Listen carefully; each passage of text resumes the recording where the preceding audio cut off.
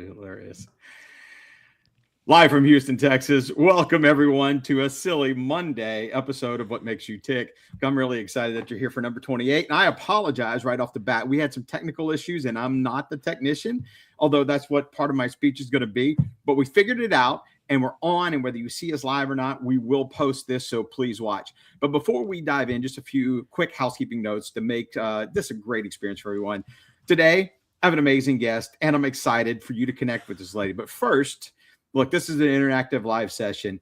It's live and it's Monday. I know it's 5:10 and I know we're running late and it's Christmas and whatever. This is a great Christmas present. So if we have any questions, please drop them in and just ask. We'll see what we can do. We'll use LinkedIn DMs for the comment section on the events posting for any behind the scenes coordination, which I'm experienced now in since we're delayed.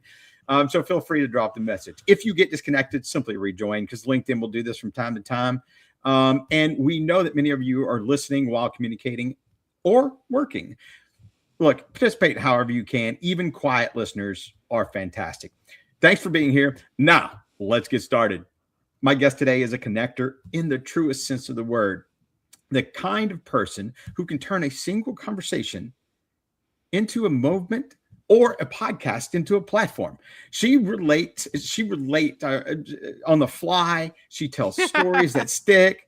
She has energy that makes you feel, which is one of the reasons I brought her on.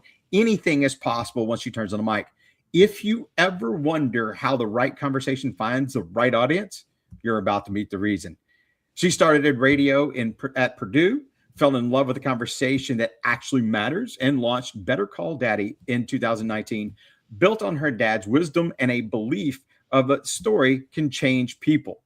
We met through Cup of Joey, and look, I quickly realized that she does not open doors.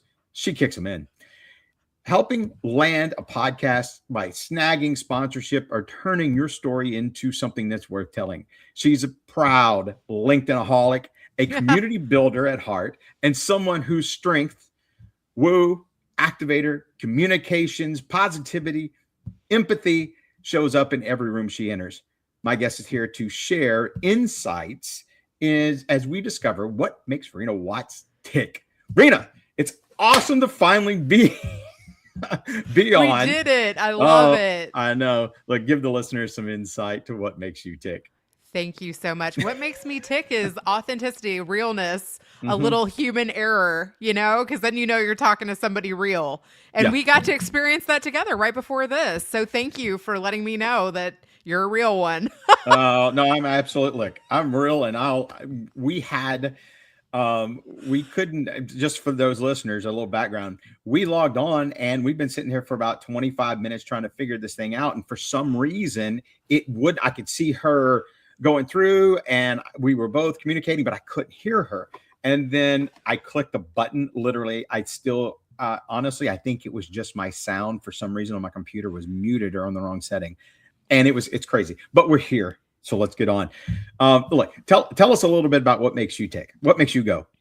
I love a good story and I seem to have them find me wherever I go. So, hey, there's Tori Raspberry. It's funny. Once you tell people that you worked at the Jerry Springer show, then those stories just endlessly come your way. And so that's where I got my start. You started on the Jerry Springer? After the NPR radio station stint, I drove up to Chicago. I was going to interview it. I actually did interview at WGN and wanted to work in radio, but I didn't get that gig. And I saw that Jerry Springer was looking for interns on the same trip. So I walked across to NBC Courtyard from WGN and I ended up starting there as an intern and 8 months later became a producer. So I went from intern to associate producer to producer in about 8 months. And I ended up staying on that show for couple years, and that's how I got my start in the television industry. Wow. I didn't realize that because it's been a while since we talked and I was going to use the first 15 minutes to kind of revisit.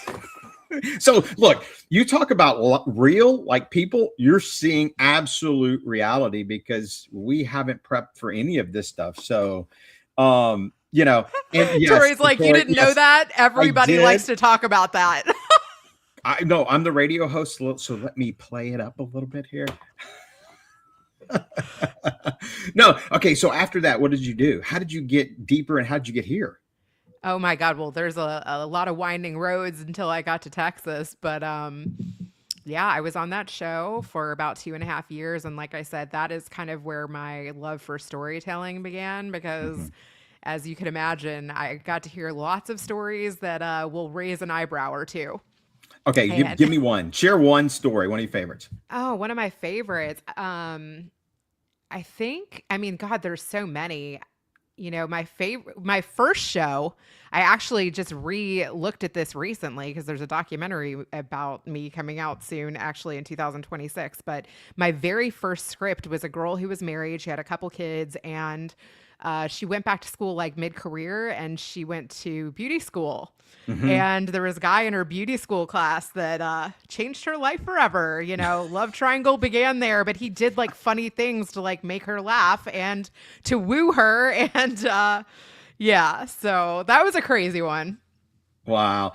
And how did you guys find these people? Because I remember Jerry Springer, and some of our audience may or may not, but I remember how did you find them? Or how do you find these guys? They find us 1-800-96-Jerry. We had Oh my hundreds of calls a day. Yeah. Really? So I worked there pre-internet. Now I feel like casting would be a lot easier. Oh gosh. Because the amount of internet leads. I remember when the internet leads started coming in, I was like, are we actually going to get any stories this way? Like, I still kept some of those. Like, we would be like, email this producer for a love triangle, and email this producer if you're a prostitute, interview this one if you're a transsexual. It was like same thing as calling in, you know what I mean? It was like each producer had their specialty. I kind of stuck to like the love triangles because that was the bread and butter of the show. Like 90% of the stories were that. Yeah. And you don't have to push those stories very far in order for them to kind of unfold on stage. Gosh. Okay. So let's go back. So you left there and how did you get to Texas exactly? Oh, there's been so many stops along the way, but after Springer, I ended up moving to LA and I worked on a pilot for the Kyoto Brothers Productions. They're like the puppet producers. They did Team America, Killer Clowns from Outer Space, Teenage Mutant Ninja Turtles. So they were like the puppet producers. And I worked on a pilot for them and then it didn't get picked up. It was like a CNN pilot. And then they offered me an executive assistant role. So I went from being a producer, having my own office at NBC, to starting all the way over and answering phones and kind of like trying to work my way back up in LA. But you know what? Look, not everybody would have done that, but I kind of got like a real peek behind the curtain of what does it take to, sell a pilot? What do the accounts payable and receivable on something like that look like? How do you scout locations? How do you do payroll for 200 people? And, it was a family-run special effects animation company. So, one was a producer, one was an editor, director, one was an animator, and it was all hands on deck. I feel like when you work for someone or when you work for a family-run business, like you get to wear a lot more hats than if you take a job in corporate and you're just kind of like do one thing. So I, worked for them on and off for a couple years. And to be honest, they saw that I had stars in my eyes and kind of like still wanted to apply for things on the side. And I remember I got one gig on like a traveling VH1 show for like 6 or 7 weeks. And then I went and worked on that and then it didn't get picked up. And I was like, hey, can I come back and answer phones? And so, but they they were kind of rooting me on. And so I came back, I worked for them for like another year, was like applying to stuff on the side. I really wanted to work in production. And then I got a job as a post-production supervisor for Nanny 911 for 3 years. And they were like, if you leave again, like you're kind of got to spread your wings. Wow. So, but it's funny because like I said, I just participated in a documentary over 20 years later of me working on the Springer Show. And I called the Kyotos and I was like, hey, I have this opportunity and I just want to talk to you about it. Like, I know you guys have interacted with, the networks and been in the industry a long time. Can I have some words of wisdom here? And so, I know this show is about leadership and I feel like they were amazing leaders because amazing leaders like want to bring up others. They want to make their career. They want to expose them to opportunities that they might not have had otherwise. And I feel like they were the best in that way. Like they hired me as an executive assistant, but they never treated me like that. Like they knew I had been a producer too, So Wow. But okay, so you went there, and how did you end up here? Okay. So I worked in various different roles in Hollywood, and I was there for about 3 years. Like I said, went on to work for Nanny 911 for Yeah, yeah, three yeah. seasons, and then met my husband online at the third season of that show, and got married, had 3 kids in 5 years. Wow. He moved to Silicon Valley. Then he got transferred back to the Midwest in my hometown. And I've kind of honestly like followed my husband's career track because he's always been the corporate guy. And when we moved back to my hometown for a couple years, it was funny. I had interviewed for a position out when I was in California, and they had Right. flown me to Houston for an interview. And I was like, oh my God, you can get like such a nicer place in Texas, for the a much fraction of the price. Yeah, yeah. But I didn't get that post-production supervisor role. And then when we were back in Kentucky, they were looking for somebody in casting for the same show, and they had switched executive producers, and I had stayed in touch with someone. So I ended up getting hired on the same show like 5 years later, Wow. back in my hometown. I worked for Judge Alex for like 5 seasons, and I worked in like the research casting department, and I did that for 5 years while my kids were little. So I would like nurse the kids, drop them at the babysitter, go to the courthouse, find the stories, and then pick up the kids. And I still felt like I had kind of kept my foot in the door, Right. Yeah.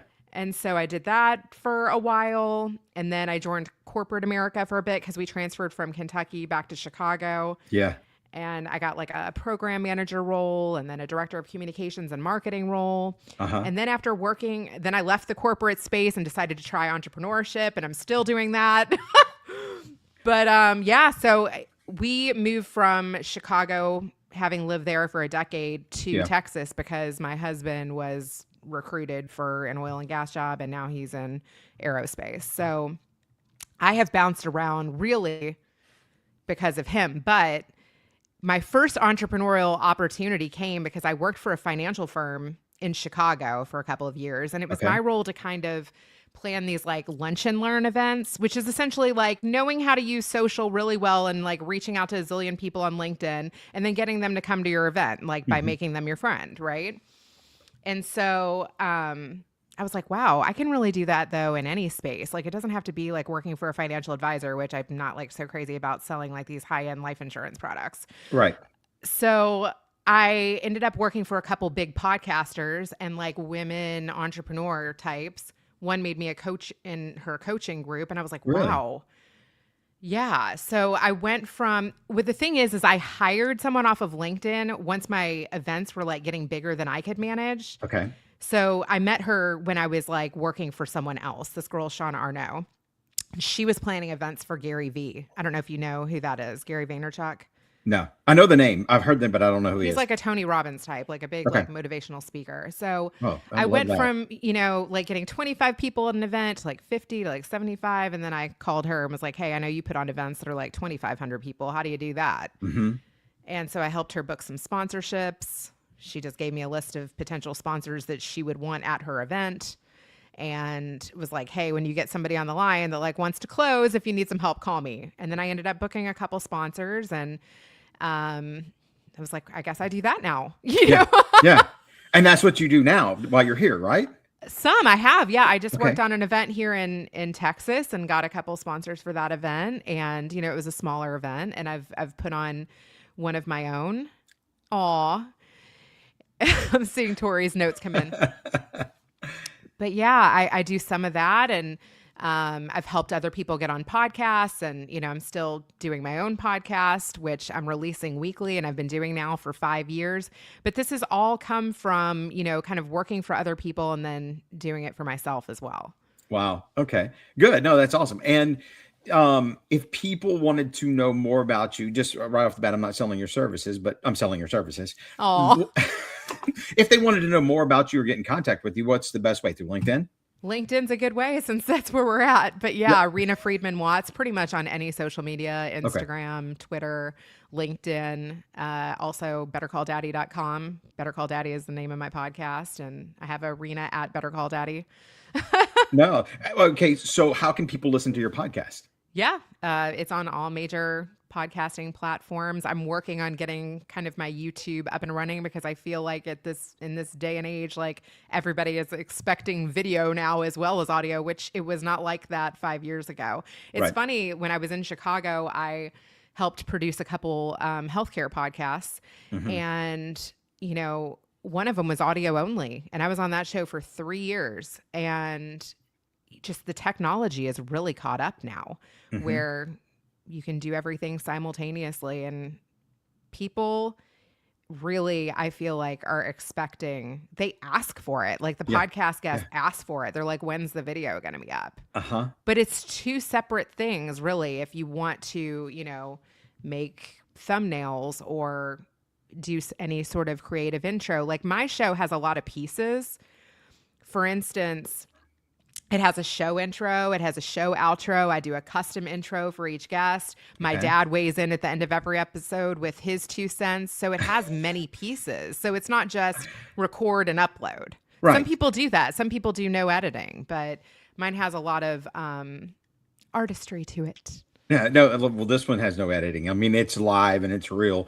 And it's funny that you said this, because one of the other things I want to ask you about, or I want to discuss, was, I mean, you were with Jerry Springer, and one, there's got to be an issue of trust. And one of the big deals with, well, what makes you tick stands for trust, clarity, and traction. And trust is one of the biggest pieces of this show. How, and I guess this is kind of a two-part question, but in your business, how big is trust, number one? And then how does that, you were talking about technology, how does that play into AI and the birth of AI? Is it usable? And does it hurt the trust within the business? It can. Yeah. It definitely can. And I can tell you, when I first started podcasting, and you're still early on, under 50 episodes, Uh-huh. in the beginning, you're just like happy with whoever wants to come on. But it's a political climate that we're in, and I've had some bigger guests now, and I feel like I do a lot more research on who I say yes to. I mean, I'm literally pitched almost every day now. Mm-hmm. So I try to have a pre-chat with everyone that I have on now. And I also stalk their social media first. I kind of want to know what they're posting and what other people are posting about them. I mean, I don't know if you do this, but I definitely Google search people most of the time. Sort of. I mean, I'll look at you on LinkedIn. I really, I mean, look, I'm early on, and everybody, I've been extremely fortunate, because everybody that I've had on, either I've known for a while or I know through the networking. So I've had good conversations and I feel very comfortable with. And honestly, I'll be straightforward. Right now, I look for people's networks. Like James next week. James is going to be one of my guests next week. He's going into politics. He and I met through networking. He doesn't have a very big social network, but because of exactly what you just said, it's a political conversation. I like him. I would love to be able to promote what he's doing and give him something to help promote himself. So being able to bring him on and have something that evolves around trust, clarity, and traction is great. Although it doesn't fit my normal priority or parameters, which is you got to have a big network, because I don't, I was on, like, I've deviated kind of from the daddy daughter theme, or, reality TV, or, leadership a couple times. But if I'm going to go on a political show, I definitely don't want any gotcha questions. I kind of want to know your political leanings beforehand. And there are certain things that, to be honest, I have not broached, and I feel like could even be dangerous to talk about. So Yeah. I had somebody interview me around what was it like as a mother to find out about Charlie Kirk from your son. And it's crazy how political of a topic that was. And I just said, witnessing that kind of news on a cell phone and having teenagers who are showing that to me was horrifying. Did I get into it from a political view? No, but the show that I chose to go on, I agree with his political views. Yeah. No, and a lot of that was, that was a mess. And what's funny is I'm laughing because normally we would have that conversation, or we would have those conversations but because of my technical idiocy, it didn't work out. So literally, this is probably the most live podcast we've Great. had. I'm glad I get the most real experience. Yeah, but that's what makes it fun too. Yeah. Like, even though sometimes it's good to have an outline or kind of know what you're getting into or have people pre-vetted, like you gotta leave room for some magic to happen. Like, Yeah.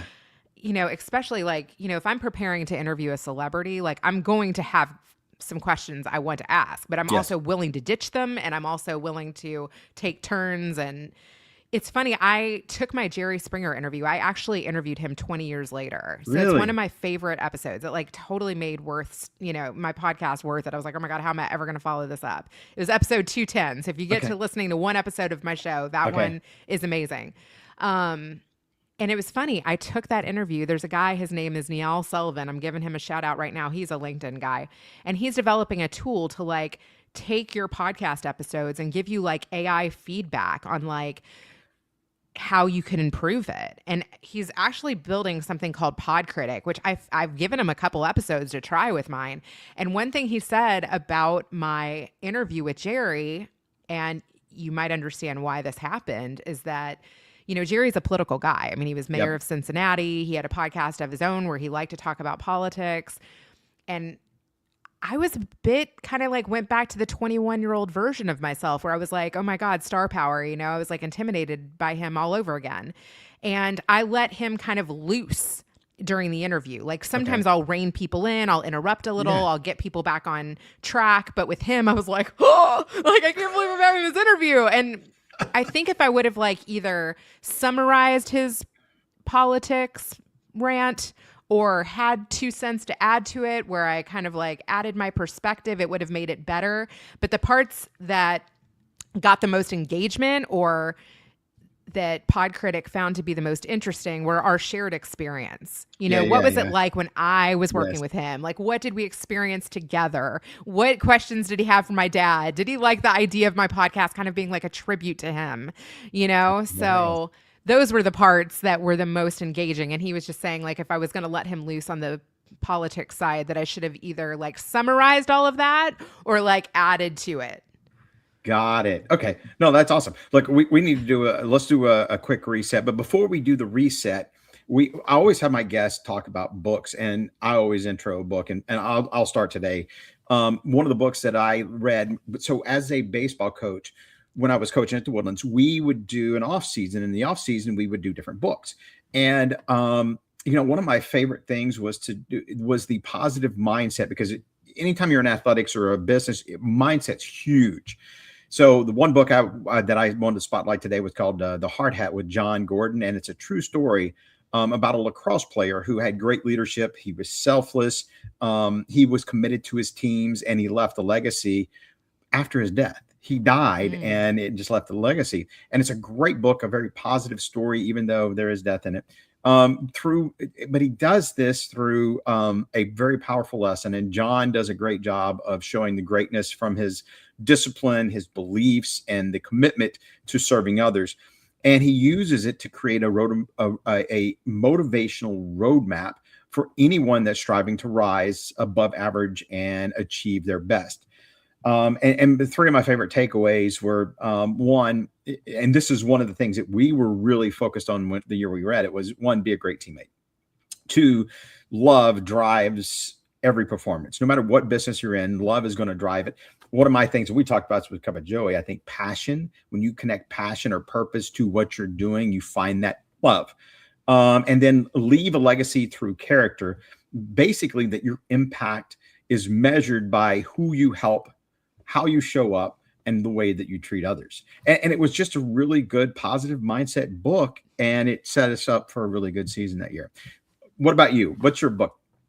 Well, I think that the book that I'm thinking of goes along with what you're saying. It's called Trust and Inspire, and it's by Stephen M.R. Covey, who is the son of Stephen Covey. And it talks about how command and control leadership does not work. And boy, have I learned that as a parent. Yes. Yeah, I don't know if you ever tried that technique, but He I'll was tell you a saying, story after you love stories. I'll tell you a story recent after this, but go ahead. so he was saying like little affirmations, like you've got this, Hmm. or, just telling people that you see the greatness in them. And I really believe that because my dad, just he says simple things like, I'm glad you're here. Hmm. I am so glad you're here. You make my life better. Hmm. And that in itself, you have no idea what that has done for me confidence wise. It has given me just like the push to go after my dreams in such a big way. Because I have always felt like no matter what I freaking try, my dad's got my back, like no other. And I Hmm. feel like the world is really missing that today. Like there are so many people Yes. that just need encouragement and need these little affirmations, and just listening to them can Hmm. change their entire life. And I've seen it. I've interviewed over 450 people. Like Wow. it's unbelievable how people have opened up to me just from listening. Yeah, no, and it's look, you're exactly correct. I want to come back to that point, but look, today is my 28th podcast, and it's called "What Makes You Tick," which is an authentic, relaxed, purposeful conversation about trust, clarity, and traction. And you're getting really an honest one right here today. Why? Because we want to incorporate your purpose in everything we do and why you do it, and be able to help your lives and help other lives. How are we going to do this? We're going to still share business stories, personal stories on building culture of trust, creating a clear, impactful message for leaders, and with the insight of how this can build traction within your life. My guest today is Reena Watts, and we're just having an authentic conversation about everything from, look, you're talking about kids with how they're reacting and understanding. One, look, I had to go back to teaching 2 years ago, and I would love to be able to move into something else from it. I was in a spot where I had to go back to teaching because I couldn't find a job, and the business that we had built didn't work out. And I just, for whatever reason, actually, I have my own personal thoughts of why I didn't get, but it just didn't. And I didn't do a good enough job finding one. So I went back to teaching. And last year was fantastic. I see a bunch of my kids. I had some high level kids. This year's different. I'm challenged to teach kids that I've never taught before at a different level and socioeconomic and just different things about them. So I'm having to learn, and being able to find that positive, what you're talking about, that positive message is difficult. So I don't know if you know how well this year they passed the law that you can't have phones in school. Oh, yes. I'm a mom of four, and they Uh-huh. love to complain about that rule. It's a great, and look, there's other things that they could have done better for it because it puts us in a spot. And I've had 3 kids this year, and I don't understand this mindset, but I've had 3 kids walking in the hall. One of them was in the classroom, had their phone out. I said something. They looked at me like, what? I said, okay, then give me your phone, because I always give them a chance. I had them tell me, no, I'm not giving you my phone. I went, what? That's Was like, that my kid? no, it wasn't your kid.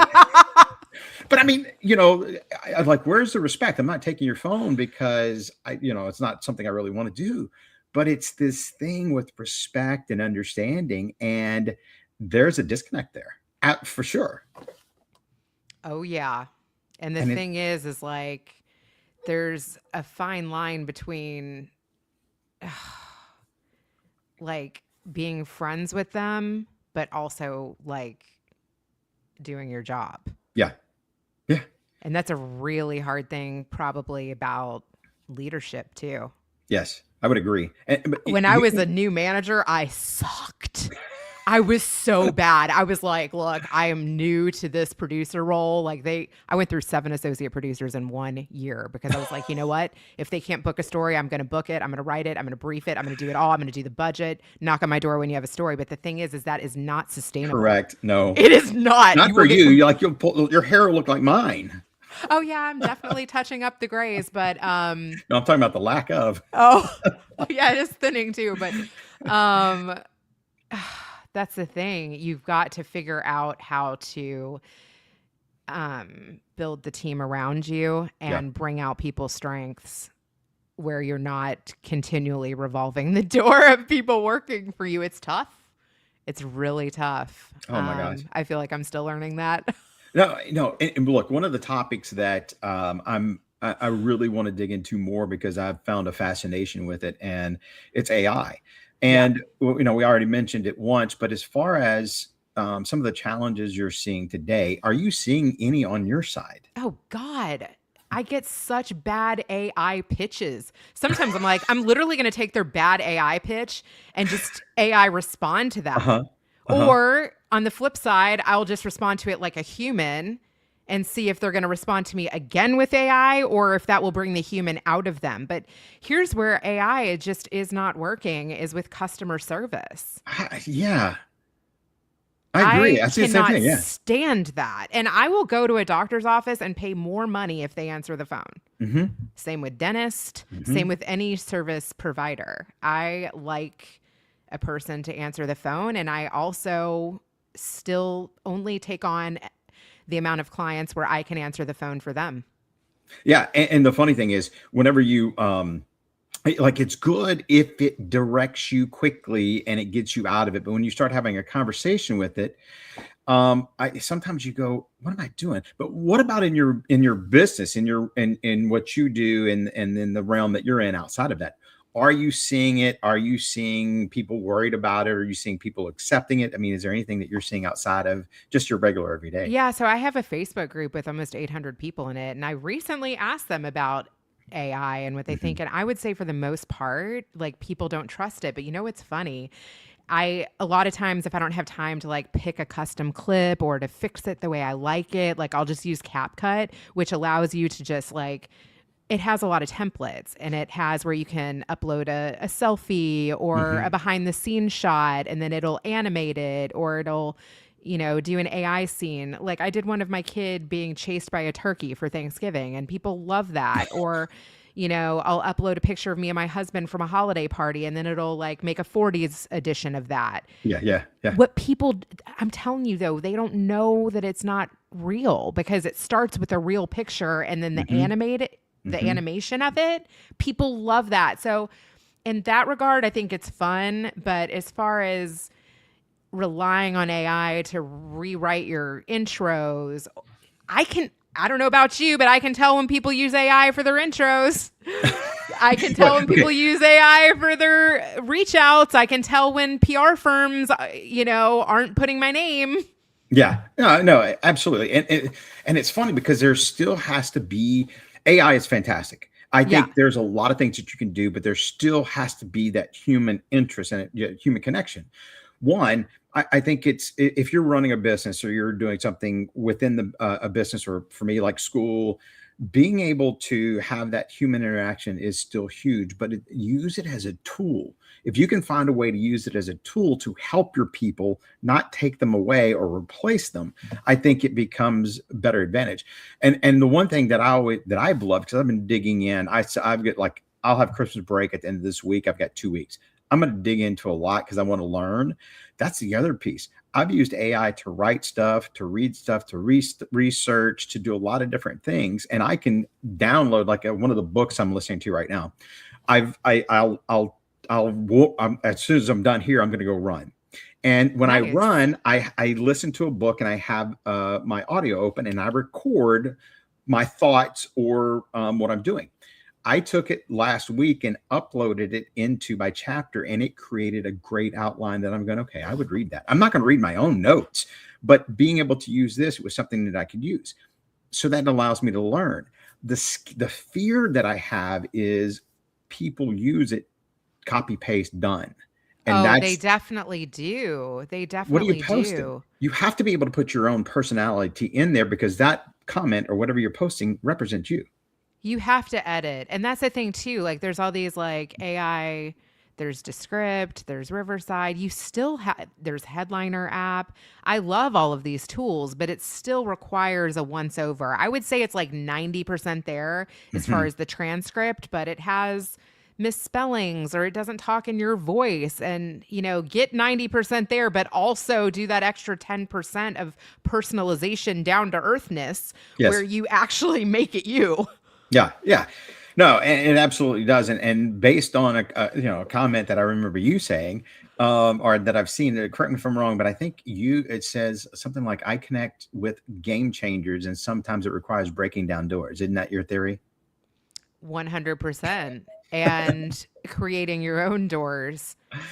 Yeah, and AI can, but you still have to be able to get out there and you have to be present. And like, what does so if you're looking for a potential client, what does all that mean? For me, it means, one, do they have the budget? Two, do I, have I background searched them where I would actually want to put my name on them? Because I feel like a lot Yeah, of the work that I do is kind of like public work. Like if I sign on to market someone's event and I'm putting it all over my social media, I am essentially endorsing that person. So right, you have to decide, like, is that someone who you want to put your name on? right. Okay, now, and you talked about storytelling. How does storytelling come into that? All of that? Are you able to tell their story, or do you listen to how do you make all that work when you Oh yeah, represent somebody?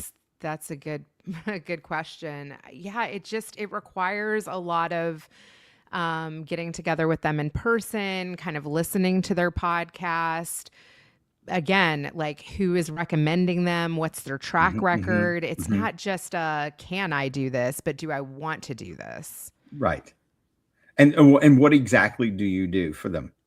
I mean, I as a freelance marketer, I've helped people launch their podcast. I've co-hosted shows. Uh-huh. I've helped other people get on podcasts. I've marketed events. It's kind of just like all of those skills that I have. And it helps to, I mean, your goal is to obviously build their podcast for them, Yeah. or at least be able to make it profitable. Is that right? Is that I or mean, impactful? I would probably lean more towards impactful Okay. and setting them up where they feel confident in being able to manage it on their own or go forward with it. Yeah. And I would say that you're probably an expert in all of that. What about technical? Well, I have to say something that's pretty cool that I discovered over the last year because to be honest, I was like renting studios around Houston Yeah. for part of, last year and the previous year. Uh-huh. And the library has like this tech link. The tech link libraries in Houston are such an amazing, honestly free resource. So if somebody doesn't want to rent a studio, they have 4K cameras, they have a Rodecaster mixer, they have Rode mics, and all you got to do is take an hour class and then you can book up to a couple hours a day at the library. And I think interviewing people in person is just like next level as far as building trust and, Hmm. upping the quality of your recording and, taking it to the next level. So we should do that. We should actually like go meet at one of these Tech Link studios and I can show you how to work the camera and how to work the mixer. And, you said you wanted to learn some things over the I winter do. break. It's Yeah. pretty cool. Yeah. I do. I need to figure out where I'm going with this. I enjoy doing the podcast, and what am I going to do? I don't want to keep teaching. This teaching thing is starting to wear me out. So if I can find something that would allow me to do that more often and to be able to access that, absolutely. I would I love to mean, do you that. would be surprised. I've had people literally leave their corporate jobs and want to meet me at the library because I can make them something very Hmm. professional that Hmm. way. Interesting. And they Hmm. also have like Premiere Pro. You could even take like a Premiere Pro class and, you can create some fancier graphics instead of just the ones that AI creates for you.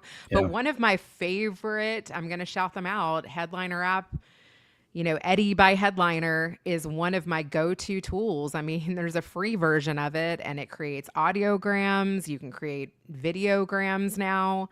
It transcribes everything. I love their customer service. They're very reachable. They will get on, a call with you. They'll show you how to use their tool.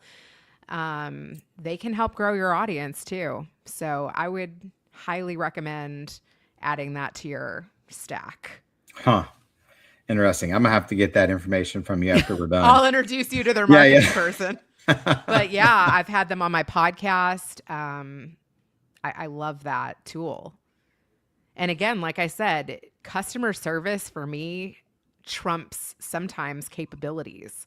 Like I would say that their tool is 90% there, and it doesn't take a lot of tweaking to be awesome. It's Huh. just, yeah, it's definitely something I use like almost on every episode. That's awesome. And if you could pick one thing in your life, would this be what you would say I'm an expert at?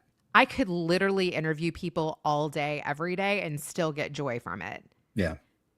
But how I've kept that up is a couple of things. I mean, I would encourage you to continue to go after guests that you want, people that interest you. Like, you're going to get pitched all day long, sprinkle that in, but continue to like reach for people that like really excite you. Because there's a big difference between going after people you want versus who wants you. Right. So that's one thing. I mean, I have reached out to people that I have felt like are a stretch for me to interview, to connect with, to prepare for. Oh my God, I got like literally a nervous wreck interviewing Jerry, even though I worked for him. You know, I listened to him give a commencement speech. I listened to his podcast. I listened to him, you know, all over social media. I really wanted to find a unique angle. And I kept in touch with his publicist for over 20 years. Wow. And I would say, yeah, so interview people that you love, continue to learn new tools, and then find an encourager. That goes back to the trust and inspire thing. Like, find somebody who's like, Bryan, you are freaking good at this. Don't quit. You need like at least hearing that once a week. Yeah. That would be nice to hear at least once a week from somebody. Like, know who your people are and like tell them, check in with me. I need some gratitude messages or something. Like, yeah. That's the other thing. Look, teaching's done great for my life, but being around kids and the situation, you don't hear that much. And but the cool thing is, I go, look, I've got a podcast. They go, what? You got a podcast? Yeah, it's on YouTube. Just take a look, or Spotify. You can find it. Yeah. And isn't that the coolest? I mean, I will say too, a reason not to quit is that, like, if you have a podcast, like I just interviewed this chick, she's like a freaking world champion of power slap. And I saw on her Instagram that she had a daddy story, to be honest. She lost the championship, and then her dad had a stroke and he was in the hospital. I think this is the right order. And she was like, I made a commitment to you, Dad, like that I was going to take this judo thing into the end, that I was going to take this power slap thing to the end. And she was like, I'm going to get that championship back for you. And she did before he passed away. Wow. And I understand, as an oldest daughter, what that is like to want to make your father proud. And probably that could, you know, help me lift a car or a man or slap somebody across the face. Like, that's hilarious. No, I love that. Look, let me do my look. If you've ever been a watch of this, I have several resets and I never hit my time because I just want to have a conversation. But I do want to thank everybody for listening to my podcast, What Makes You Tick. Reena and I are having an authentic, purposeful conversation on trust, clarity, and traction. If you have any questions or comments, which we've got a couple from Regina and Tori that are popping in, we'd love to hear from anybody. Any engagement is important. Reena, what in our discussion would you say is a good takeaway for our audience so far? Meet people in real life. I see Tori even saying that, you know, she did this at a place that you know, and it needs to be a mix between like connecting with people online and like honing those skills that you want to get better at.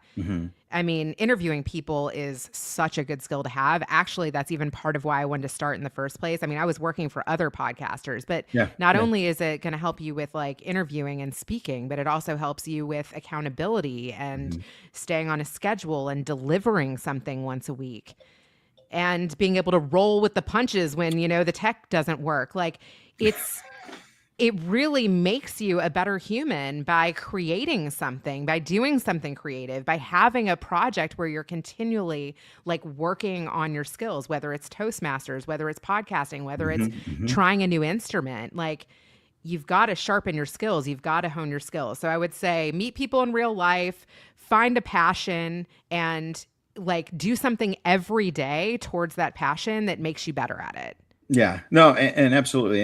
And all the people that you've interviewed and been around, I know that there's got to be some that have like pushed, you know, either a person or an event that's kind of opened your mind and even unexpectedly opened your mind, especially through testing your trust and clarity within your life. Do you have anybody that comes to mind that really kind of opened, or an event that opened your mind as far as you really pushed what you believed in trust and clarity?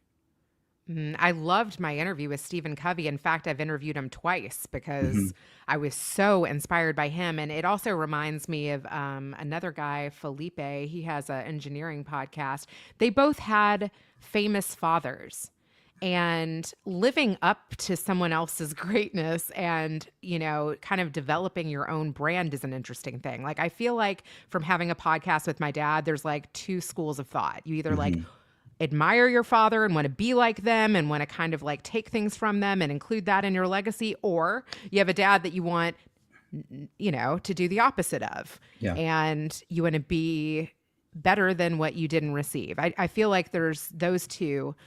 And yeah, I really have been inspired by people that have like great dads, and because I can relate to that so much, but then Hmm. have kind of still tried to forge their own path, Right. but it's still kind of tied to the legacy that came before them. I always like, and this ties back to Cup of Joey, right? I never really knew what my legacy was or like what my why was, but my dad has always seemed like so sure of his. He's like, I'm here from the, for the generation that came before me and the Yep. generation after. Yeah. I'm like, well, I'm glad you're so sure. Maybe I should make that mine. You know what I mean? But you can't unless you have, unless it really connects to what's inside of you and it comes out naturally. It's just making something up. It's not real. Right. So I feel like I've taken a piece of that, but at the same time, like, I feel like part of my legacy is honestly just like all of the souls that have like come my way. And Yeah. I feel like I'm taking more notice of that. And it's Hmm. like, how can I help them like craft this story that they're trusting with me? Like, I feel Right. like that's part of my legacy. Like, I look back and I feel like every one of these episodes that I've done, like I've poured my heart and soul into. And you know what's crazy? I feel like my dad's reaction to each interview that I've done is like a gift to them and a gift to me. Yeah. No, look, it's funny because being in sports, that's the easiest one for me to go to because as a coach here in the Woodlands and just recently, the coolest thing are the kids that you see and the ones that you never know that you made an impact on. Ooh, And being able to yes. see, like I've already had a couple of my former players on because of the success they've done. One of my former players sold my house last year when I sold it. And I want to give back, and it's really cool to be able to connect with them. And this year, I have kids that come in my room from last year that'll come and just to come visit me. And it's even though I'm busy or I may feel busy, I want them to take time out because you don't get that honor. You don't know when you have that opportunity to make an impact in somebody's life and being able to do that on a daily basis. Same thing in business. I mean, when I was in, I would have never guessed based on when we started our business, based on my business development, everything that we were doing before, I didn't know those skills would apply into what we did with Cup of Joey and the networking. I never saw myself in that until I was in that. God, and I miss it. I miss the interaction of the people. I miss this getting to know the people's story and everybody's different stories. And this is a platform that allows me to put people that we meet, people that you may not normally see, and be able to present their story and what they do and what makes them tick, because that's the name of the show. But if being able to show everyday people's story and how impactful they can be in other people's lives, it's great. Oh, yeah. I can relate to that so much. One of my, I feel like my most proud moments is I was helping produce this healthcare podcast, and one of the guests on that show I knew from like working at that financial firm that I was talking Hmm. Hmm. about. Hmm. And he got kind of nervous on the healthcare show because it was like a lights, camera, action, like kind of a production in person shoot. And I was like, you know what? I told the host, I was like, let's stop down for a minute, turn off the lights, turn off the cameras. And I was like, just sit here and like, let's hash out your story because I know the cameras can like be distracting. And Hmm. so I like helped him tell his story. And then after that, like after we turned the lights and the cameras and everything back on, it ended up turning out well. And then that guy hired me to help him because he was sponsoring like a big nonprofit event in Yeah. town. And he needed like a minute and a half trailer to kind of be on loop, when people walked into the event. And he Yeah. he Yeah. brought me to his business, had me like help him craft like his personal story and his business story. And he trusted me with just bring in a camera guy and edit that together for him. And then I don't know, maybe like a year or so later, he was like giving a keynote at some other conference and like shared that with me. And I was like, I remember when we had to stop down the camera and do a couple jumping jacks together and take some deep breaths and like, make that segment turn out good. And nothing gave me more joy than being able to like help him create something that he felt comfortable with and proud of, and then hire me back to bring me into his office separately. And now to see him speaking on a stage, like I somehow felt a part of that. You know what I mean? I was like, I am so proud of you. Like, yeah. Yeah. I mean, I've seen, we've had guys that go pro, and I like the first kid I taught here when I first moved up north side. I lived on the south side for a year and I moved up here on the north side. And one of the first groups I had of seventh graders, we had one of them that is coaching in pro baseball, like at the major league level. We have another one who played in the NFL. That was my and I love talking about those kids. I had this much influence on them. Being able to see what they did and how they did it and being a part of their life is an honor for me. And that was just from the first year I started. We've had many that I've been blessed with getting to know and that have gone on to play pro ball or have been, been very successful outside of their athletics and gone on and used that to create a great business, which is one of my biggest impacts, I think, is that if you find you need to hire somebody and they have an athletic background, dig in a little bit, because that person generally has something special and a different perspective that may be an advantage to your own business if you're looking to hire them. I love that you have interviewed some of those players that have seen you in a different light. And I actually always tell people when they're starting a podcast, like, interview somebody you went to college with, interview a client that you had a positive experience with, because they can talk about that and help document that time in your life. Like I've now interviewed the Kyoto brothers who gave me my first job in LA. I've interviewed Judge Alex, who I worked on that for 5 seasons. I interviewed one of the nannies from Nanny 911 because I wanted to know what it was like from their perspective in the time that we spent together. But at the same time, I've also, interviewed people from when I was a group coach in one of those podcasters, coaching groups. It's like, who is God sending your way? And how can they help tell the story of the time that you've spent together in a different way? It helps you document it. You're going to just feel instantly more comfortable with those people. And you never know how deepening those connections can build upon them. And it creates a different perspective from your own eyes, but also from people that you may know, and they see a different view of you and go, especially if you're putting it out there for the world to see like this, we're looking at it. People may look at me differently that I knew a long time ago or helping you out the same thing. I've met her doing this, blah, blah, blah, but now I've never had that conversation before. That's a great thing. Look, I know we're getting pretty close we got about another 6-7 minutes left, and it's perfect that you said that. One of the things that I always want to end is advice. The first piece is you've been able to chase your dreams. What would you tell people or what advice would you give somebody, young, old, it doesn't matter, that they're chasing their dreams and they want to turn it into reality? What advice would you give them? Reach higher than you think you can. Because I just reached out to that chick. She gets 44 million views. Wow. Sheena Bathory on some of her clips. Like, I think our clip together that got like 22,000 was like one of her least viewed.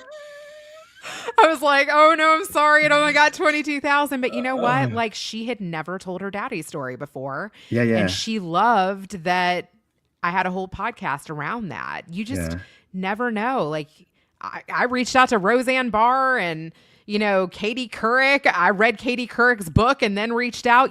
She said no, but I mean, I'm going to ask her again. She follows me now. She follows me on Instagram. You know what? She might not come on my podcast, but she now follows me.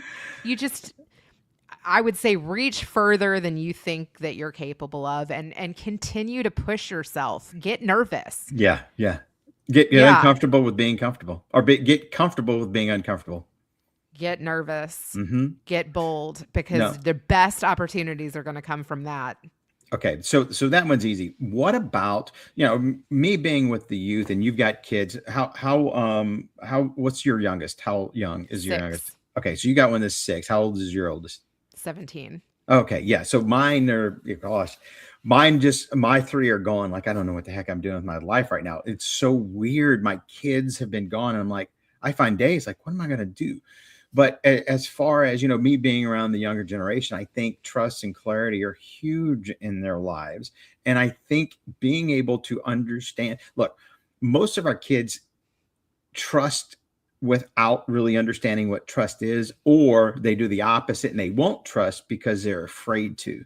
But if you were giving advice to our younger generation on trust and clarity, what would you give them, and how important that is? It's funny because my daughter just walked in and she's ready for a ride to basketball. What would I tell them? That it's about balance. It's about, you know, kind of trying to be well-rounded where you get to go to basketball, you get to go to shopping, but also I'm a person too. Mm-hmm. Mm-hmm. I've had trouble with boundaries with in life. And um something's got to give. Yeah, absolutely. I, you You know, I, know, like I want to be a great mom. I take my daughter to concerts and I take her late to Target and mm-hmm, I mm-hmm, try to get the teacher's presence, but also sometimes I want to record a podcast and sometimes I need to get my hair cut and mm-hmm. sometimes I need to go to the gym. And you know what? You can give a little bit of pushback. I think it's good to teach them that too. It has to look, you really, I agree. You have to set boundaries. You absolutely have to set boundaries, because sometimes, and look, that was a difficult thing for me. But I find that it's two things. Our kids now, especially the ones that I'm teaching or integrate, one, they make up their minds before they really have the whole story. And they want to be able to put stuff in there. Two, like if I correct my own kids do this too, but I see a lot of kids, you go to correct them or you go to give them some advice, and then all of a sudden they already have an idea of what you're about to say. So they make a judgment before you've said anything. And I'm like, wait a second. Like one of the kids that I had, he wasn't going to give me his phone, and he was testing.